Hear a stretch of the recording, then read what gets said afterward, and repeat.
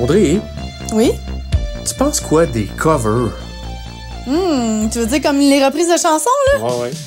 Ben, c'est une drôle de question, là. Ça dépend. Parce que des fois, ça peut être très, très bon, mais des fois, ça peut être très, très pas bon. Effectivement. Puis moi, mon école de pensée, c'est qu'il n'y a rien qui bat l'original.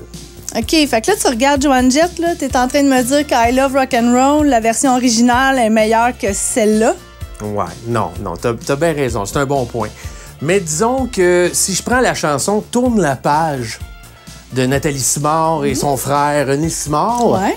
versus la version de Audrey et Pat.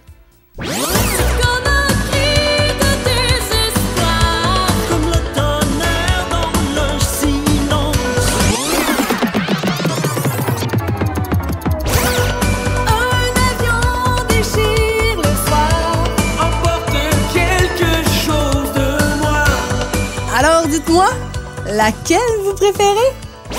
Tourne la page, tourne la page.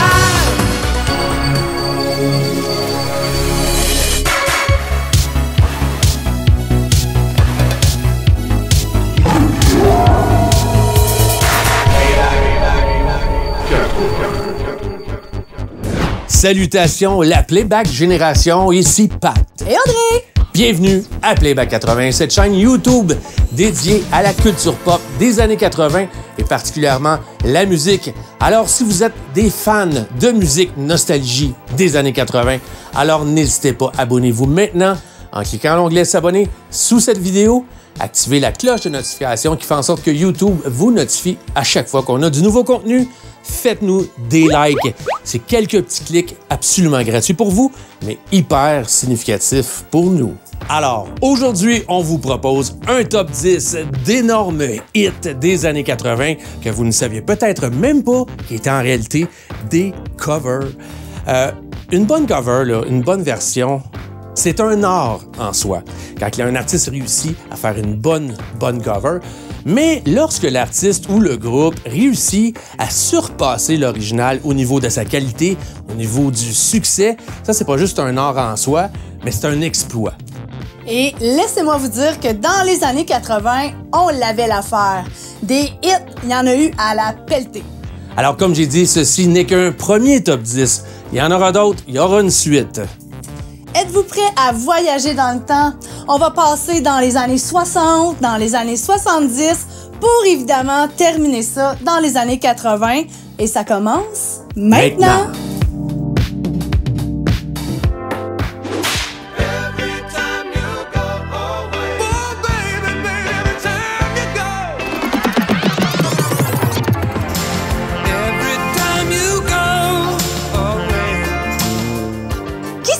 Que cette chanson avait été écrite par le chanteur Daryl Hall du fameux duo hyper populaire des années 80, Hall & Oates.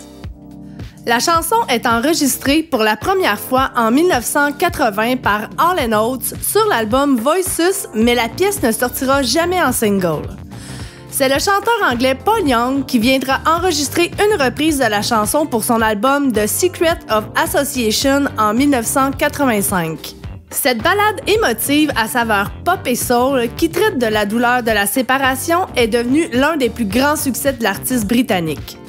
Elle est devenue un succès international en 1985, atteignant la première place au Canada et aux États-Unis. Toi, Patrick, oui. Est-ce que tu préfères l'original oui. ou la cover? Ben, les deux sont très, très bonnes. La version de Hall & Oates, elle est très soulful. Mais la version de Paul Young, elle est très nostalgique. J'ai plein de souvenirs attachés à cette chanson-là. Elle sonne très 80s. Elle a un petit côté très hypnotique, je trouve aussi. Donc, moi, je préfère la version de Paul Young. Moi aussi. Cool. Wow, she's got it. Yeah, baby, she's got it. I'm your Venus, I'm your fire, your desire. La version de Venus, sortie en 1986, est devenue un succès dance pop emblématique des années 80, symbolisant la force féminine, et c'est devenu le plus gros hit en carrière de Bananarama. Mais remontons dans le temps à la fin des années 60. L'original de Venus voit le jour à l'été 1969 par le groupe rock néerlandais Shocking Blue. La chanson réussira à être en tête des palmarès dans 9 pays. Mais pour retourner aux années 80, la chanson Venus faisait partie du répertoire du trio pop anglais Bananarama depuis plusieurs années avant qu'elle soit enregistrée. Les 3 filles de Bananarama ont l'intention d'en faire une version énergique et dense, mais l'idée est accueillie avec résistance de la part de leurs producteurs. Les filles s'acharnent et elles auront gain de cause en enregistrant leur version en 1986. La chanson devient un énorme tube qui entrera dans les charts, soit au numéro 1 ou dans les top 10 dans 20 pays. Les filles ont bien fait de s'écouter. C'est ça le girl power. Et toi, Audrey? Quelle version de Venus préfères-tu? Bon, je vais vous avouer une chose, ce n'est pas une chanson que j'aime particulièrement, mais si j'avais à choisir, je prendrais les Girl Power. Et vous, préférez-vous la version trippy hippie des années 60 ou la version dance pop des années 80? Écrivez-nous ça.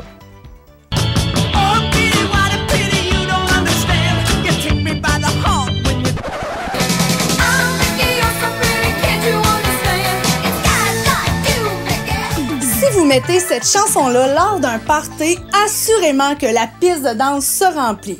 Mickey de Tony Basil a été un énorme succès des années 80 et qui est toujours intemporel. Mais, saviez-vous que cette chanson a été écrite en 1979 par un quatuor britannique qui s'appelait Racy? Racy et le titre original était Kitty et ça parlait d'une femme. C'est la danseuse, comédienne et chanteuse américaine Tony Basil qui a eu l'idée de réaliser un vidéoclip avec des pom-pom girls avant même qu'elle trouve la chanson. Elle utilisera une chanson de 1979 nommée Kitty du groupe Racy en changeant les paroles qui parlera d'une jeune femme qui est folle de son petit ami Mickey. Elle viendra également ajouter cette partie. Cette chanson est devenue un hymne de la pop et de la culture adolescente de l'époque. Avec son rythme hyper énergique et entraînante et son clip minimaliste mais iconique, Mickey est rapidement devenu un classique des années 80 qui a atteint les sommets des palmarès australiens, américains et canadiens.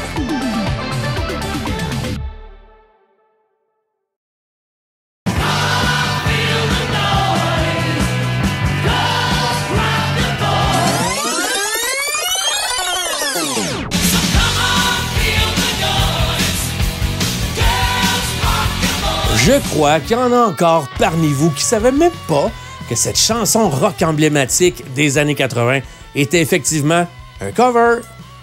Moi. Pas vrai? Oui, tu me l'avais pas dit ça. Ben voyons, Audrey, sûrement que oui. Je crois que oui. Ben bref, s'il y en a parmi vous qui ne le savaient pas, écrivez-nous ça dans les commentaires. Allez là, soyez honnêtes. La version originale de Come On Feel the Noise du groupe britannique Slade, enregistrée en 1973, avait atteint le numéro 1 en Grande-Bretagne ainsi qu'en Irlande. Mais c'est en 1983 que cette chanson connaîtra une seconde vie avec le band rock américain Quiet Riot. Lors de l'enregistrement du 3e album du groupe, le producteur propose d'enregistrer Come On Feel the Noise et de l'ajouter sur l'album. Mais le chanteur Kevin Dubrow s'y oppose fortement, prétendant que cette chanson est indésirable. Le groupe finira par enregistrer volontairement une version qu'il considère très médiocre afin que leur compagnie de disques refuse de sortir cette chanson. Mais à leur stupéfaction, cette version est lancée comme single et devient un succès monstre. Le simple se vend à plus d'1 million d'exemplaires et l'album Metal Health de 1983 se vendra au-delà de 10 millions d'exemplaires. La reprise de Come On Feel the Noise viendra propulser la popularité du groupe Quiet Riot ainsi que la scène glam metal de Los Angeles à l'échelle internationale. Quand même pas pire pour une chanson indésirable.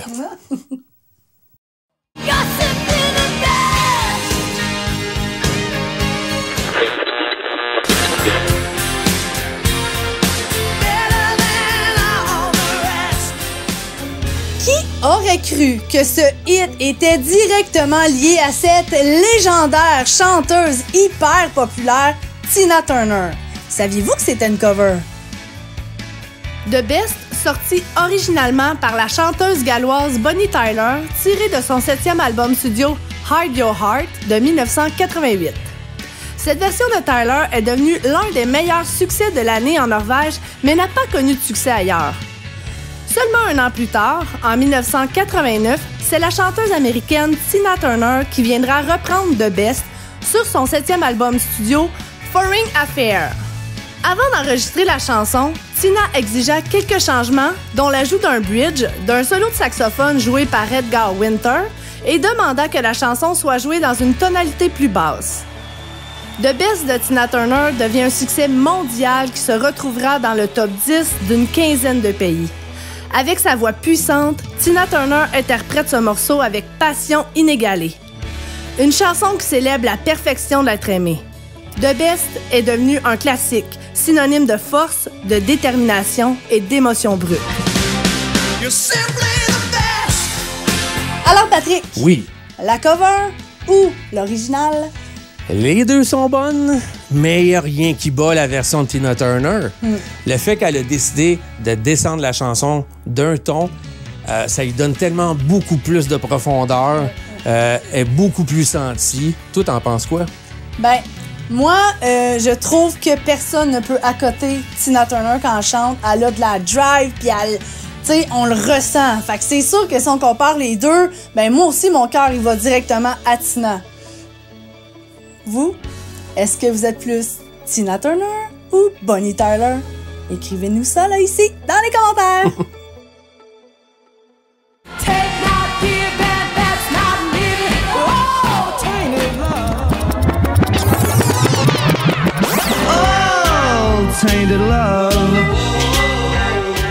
Tout le monde connaît Tainted Love de la formation Soft Cell comme étant un hit new wave synth-pop des années 80, mais la version originale n'avait rien à voir avec une chanson new wave aux sonorités électro. La chanson Tainted Love est entrée pour la première fois dans l'univers musical en 1964. La chanson au son et à saveur très Motown est composée par Ed Cobb et enregistrée par Gloria Jones sur la face B du 45 tours My Bad Boys Coming Home, qui fut un échec commercial. 15 ans plus tard, le duo synth-pop anglais Soft Cell a pris connaissance de la chanson et le duo commença à interpréter ce morceau en spectacle. La formation enregistre et lance le single en 1981 et suite à une performance mémorable à l'émission Top of the Pops de la BBC, Tainted Love atteint la première position au Royaume-Uni et deviendra le single le plus vendu de 1981 au Royaume-Uni. Tainted Love de Soft Cell deviendra un classique dans toutes les playlists 80s. La version de Soft Cell est devenue une version emblématique du mouvement New Romantics des années 80. Avec ses sonorités électro, ça donne un côté plus hypnotique, plus sombre.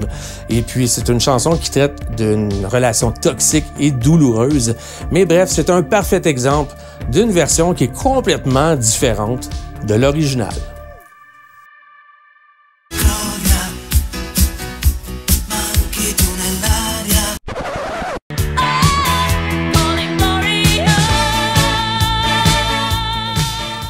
Gloria, c'est sans aucun doute une bonne vieille chanson indémodable de party disco.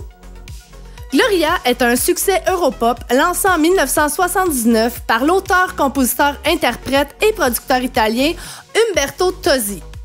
Le management de la chanteuse américaine Laura Branigan lui suggéra d'enregistrer une version anglaise de Gloria.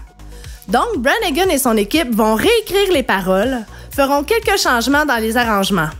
Comme Laura Branigan a dit, on est venu lui donner un petit kick à l'américaine et la nouvelle version disco est née. Les covers ont peuplé le répertoire et les succès de la chanteuse. Elle et son équipe avaient le don de trouver des chansons à succès venant de différents pays pour en faire des hits américains. Mais ce tout premier succès de Laura deviendra sa chanson signature qui la suivra tout au long de sa carrière. Gloria atteindra la 2e place du Billboard Hot 100 aux États-Unis et restera dans ce palmarès pendant 36 semaines. un record pour une artiste féminine à l'époque. La chanson atteindra le sommet des palmarès australiens et canadiens. Avec sa voix puissante et remplie d'émotions, Laura nous raconte l'histoire d'une femme qui court après son souffle, qui veut aller trop vite. Gloria, c'est un hymne incontournable des années 80. Absolument. Betty Davis eyes. She's got Betty Davis eyes. She's got Betty Davis eyes. Et Audrey, même si cette version de Kim Carnes de Betty Davis Eyes est loin d'être ta préférée, Non. vous vous rappelez d'un certain épisode où on vous a parlé des chansons des années 80 qu'on n'aime pas. Et elle en fait partie pour moi. Mais ça a été quand même la plus grosse chanson de 1981.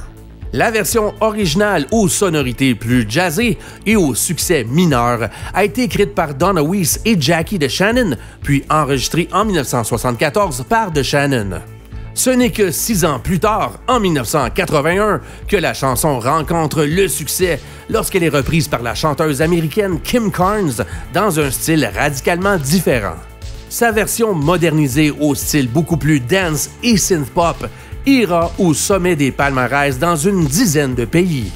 Dans le Billboard Hot 100, la chanson restera au numéro 1 pendant 9 semaines. La chanson prendra une pause d'une semaine pour le medley Stars on 45.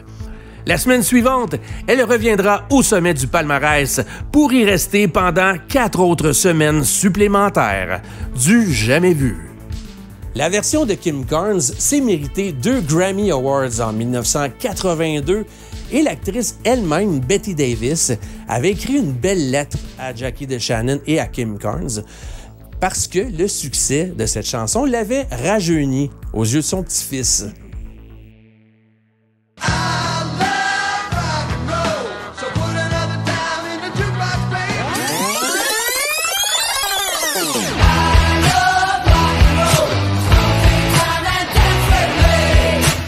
Il est difficile d'imaginer quelqu'un d'autre aimer le rock'n'roll plus que Joan Jett. Compte tenu de la renommée de cette chanson qui a immortalisé la chanteuse. Mais saviez-vous que c'est le groupe de Arrows qui a déclaré leur amour au rock'n'roll en premier? La pièce originale est enregistrée et lancée pour la première fois en 1975 par la formation rock britannique de Arrows. C'est en 1976, lorsque Joan Jett est en tournée européenne avec son premier groupe, les Runaways, qu'elle voit les Arrows jouer I Love Rock'n'Roll à la télé britannique. Jett enregistre une première version de I Love Rock'n'Roll en 1979 avec 2 membres des Sex Pistols, Steve Jones et Paul Cook. Cette première version apparaîtra sur la face B du 45 tours You Don't Own Me. Mais en novembre 1981, elle enregistre une nouvelle version avec son nouveau groupe de Black Hearts et décide de la lancer comme single. C'est un choix plutôt judicieux, puisque cette version portée par la voix puissante de Joan Jett, ce riff de guitare iconique et ce refrain entraînant où l'on crie tous en chœur est monté au sommet des palmarès. En janvier 1982, cette version punk rock restera en première place du Billboard Hot 100 pendant presque 2 mois. La chanson devient le plus gros hit de 1982, un tube international qui ira au sommet des palmarès ainsi que dans les top 10 dans une vingtaine de pays. Non, mais sans aucun doute, la version de Joan Jett, elle est imbattable. Absolument. Elle la chante avec du rock, elle la chante avec du mordant. Elle la chante avec toute son âme, tout son grit.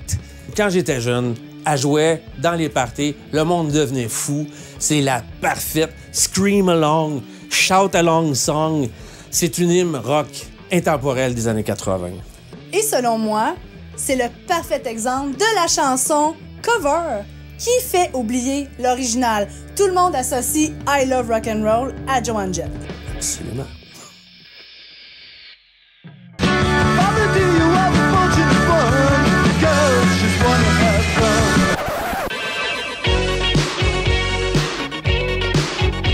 Et oui, plusieurs l'ignorent encore peut-être, mais Girls Just Wanna Have Fun est une reprise, c'est pas une chanson de Cyndi Lauper. Mais ce qui est ironique, c'est que cette chanson emblématique, féministe, qui sera éternellement associée à Cyndi Lauper, a été écrite par un homme. En fait, elle a été composée et enregistrée en 1979 par un musicien américain du nom de Robert Hazard. La chanson originale portait un point de vue masculin sur... comment dire? Un point de vue masculin sur les femmes dans la chambre à coucher. La version originale a rapidement été oubliée, mais c'est à partir de 1983 que Robert Hazard commencera à faire de l'argent sérieuse avec les droits d'auteur de cette pièce.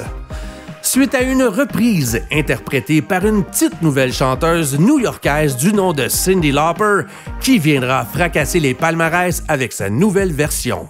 Cyndi Lauper viendra complètement inverser le scénario du message. Elle viendra complètement changer la tonalité de la pièce et elle apportera plusieurs nouveaux arrangements pour en faire une version dynamique et des plus entraînantes. Lauper apportera un son beaucoup plus joyeux et coloré et elle voulait que la chanson nous donne l'impression d'être dans un parc d'amusement. Avec sa prestation vocale légèrement teintée d'influence reggae, Cyndi Lauper viendra faire un flip total, un réel 360 pour vraiment s'approprier cette chanson. Cette version deviendra un succès commercial mondial et Girls Just Wanna Have Fun fera le top 10 dans 25 pays pour atteindre le sommet des palmarès dans une douzaine d'autres. Cette chanson, qui était le tout premier single tiré du tout premier album dans la carrière solo de Cyndi Lauper, fera d'elle une pop star instantanée et une des plus populaires des années 80. L'album She's So Unusual se vendra à 16 millions d'exemplaires. Pour une chanson qui se prenait pas du tout au sérieux, une chanson qui est hyper colorée, débordante d'énergie, mais malgré tout, cette chanson contenait un message de l'émancipation féminine, de la liberté féminine. Mais bref, cette chanson-là est absolument éternelle, une chanson absolument iconique et un gros classique des années 80, mais intemporel.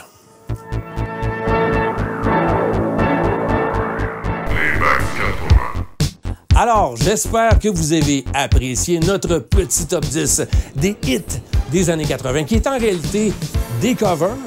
Alors, si vous en avez appris, si vous avez été surpris à quelques occasions, ou bien si vous connaissez déjà toutes les versions originales, vous connaissez tout ça, ben, d'une manière ou d'une autre, laissez-nous vos commentaires sous cette vidéo.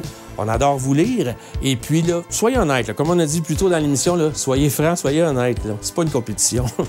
Donc, Patrick, assurément, il y aura un tome 2? Assurément. Assurément. Parce qu'il y en a vraiment beaucoup là, à suivre. Sur ce, gang, on vous dit à bientôt. Mais juste avant de vous quitter, n'oubliez surtout pas de vous abonner à notre chaîne Playback 80 en cliquant à l'onglet « S'abonner » sous la vidéo. Activez la cloche de notification qui fait en sorte que YouTube vous met toujours à jour sur notre nouveau contenu. Faites-nous des likes, quelques petits clics qui vous coûtent rien, mais qui sont significatifs pour nous. Alors sur ce, gang, on vous dit take care and rock on!